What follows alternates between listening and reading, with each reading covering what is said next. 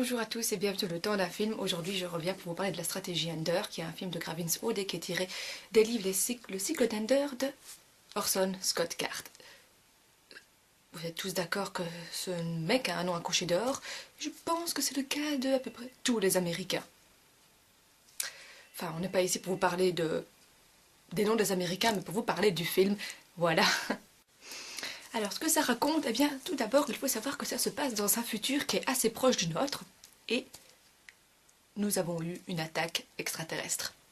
Et oui.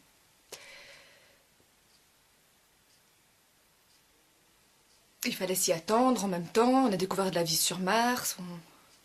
Donc, ça se passe dans un futur plus ou moins proche du nôtre, où on s'est fait attaquer par une espèce extraterrestre qui s'appelle les Dorifors, et il y a un commandant qui s'appelait Mazur Rackham, et qui les a repoussés et qui a permis de les confiner sur leur planète, et c'est devenu un héros. Seulement, il y a toujours un risque qu'on se refasse attaquer, et donc il y a le colonel Graff, qui est joué par Harrison Ford, qui forme les meilleurs des enfants pour trouver une élite, donc il sera le meilleur commandant pour pouvoir repousser encore une fois les Dorifors, même les exterminer en cas d'une attaque prochaine. Celui qui va être choisi, c'est notre cher Ender, donc qui lui c'est Asa Butterfield, je crois, Butterfield, je sais pas trop prononcer, qui a fait Hugo Cabret. Oui, j'aime bien Hugo Cabret, vous avez la fiche qui est là, tout le monde s'en fout. Je disais donc que c'était donc ce Asa Butterfield qui avait joué notre cher Hugo Cabret et qui joue Ender. Voilà. Et donc voilà, comme il aura été choisi, c'est lui qui va commander une armée pour exterminer les Dorifors en cas d'attaque. Et toute l'humanité va placer tout son espoir en ce fabuleux petit Ender. Que c'est mignon. Mais moi je vais vous dire, j'ai vraiment bien aimé ce film. Ça a presque été un coup de cœur pour moi parce que je ne m'attendais pas du tout à ça en allant le voir. Étant donné qu'on n'a pas fait beaucoup de publicité, qu'il a eu énormément de critiques négatives et j'ai pas vraiment compris pourquoi. Parce que moi j'ai trouvé ça vachement bien. Je sais pas, j'étais restée comme ça devant sur mon siège de cinéma. J'étais vraiment à fond dans l'histoire. Les gens qui ont lu le livre aussi ont trouvé ça pas mal, que toutes les scènes principales, enfin toutes les actions principales se trouvaient dans le film et ont bien aimé aussi parce que j'étais avec des gens qui ont lu le livre et qui ont tout autant apprécié le film. Donc voilà, je ne comprends pas pourquoi les gens n'ont pas aimé, pourquoi ça a eu tant de critiques négatives, parce que moi je trouve que c'était vraiment un film super agréable à regarder. Il y a beaucoup de suspense. Alors aussi il y a tout le dénouement de la fin. Alors là je vais vous dire, en même temps je m'y attendais sans m'y attendre.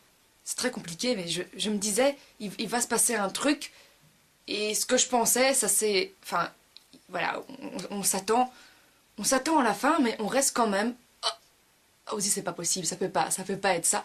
Et en fait ben si. Donc voilà, je m'y attendais, mais je me suis dit c'est pas possible, ça peut pas se passer comme ça, et ça se passe exactement tel que vous le pensez. Et c'est une fin assez particulière, je vous assure qu'on reste... Non. Enfin voilà. C'est une fin qui m'a vraiment qui m'a titillée. Je me suis dit c'est pas possible. Moi, il m'arrive la même chose, je me pends.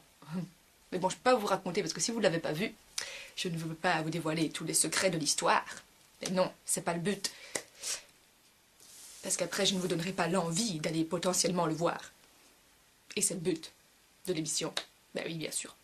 Alors, la seule petite critique négative, parce que vous savez que quand j'adore un film, je ne peux pas l'adorer de A à Z. Et quand je vous parle d'un film, il y a toujours bien une critique négative à apporter à un film. C'est le fait qu'il y a certaines scènes qui se déroulent un peu trop rapidement. Notamment, je pense, à un moment donné, il veut quitter l'armée et il va rejoindre sa sœur Clémentine sur une barque. D'ailleurs, j'aime bien le paysage, on s'en fout. Et en 3-4 minutes, elle arrive à le convaincre de se réengager et de continuer sa mission. Alors, dans la vie réelle, je crains que si on te dit, dans 3 minutes, tu dis « Oui, mais tu sais, tu dois faire ça, tu dois faire ça, tu dois faire ça. » Tu vas voir, allez, vas-y, fais-le. En 3 minutes, je crois pas que tu es vraiment convaincu. Il faut un petit temps de réflexion. Non, là, tout de suite, hop, ça y est, c'est vrai, t'as raison. Et il retourne. Bon, voilà. Je crois pas que dans la vie réelle, ça se passe totalement comme ça. Mais bon, c'est vraiment la seule critique que j'ai apportée. Vous nous expliquer à ça. Il y a certaines scènes qui se passent un peu trop vite, à mon goût. Mais bon, cependant, c'est un film que je vous conseille d'aller voir et que vous ayez n'importe quel âge, parce que comparé à ce qu'on peut croire, les livres ne sont pas des livres pour enfants. Donc c'est des livres de science-fiction qui sont destinés aux adultes. Donc que vous ayez 40 ans, que vous ayez 60 ans, que vous ayez 7 ans, que vous ayez, je sais pas, n'importe quel âge, 23 ans, voilà. Eh bien, vous pouvez aller voir La Stratégie Ender et c'est franchement un film que je vous conseille d'aller voir.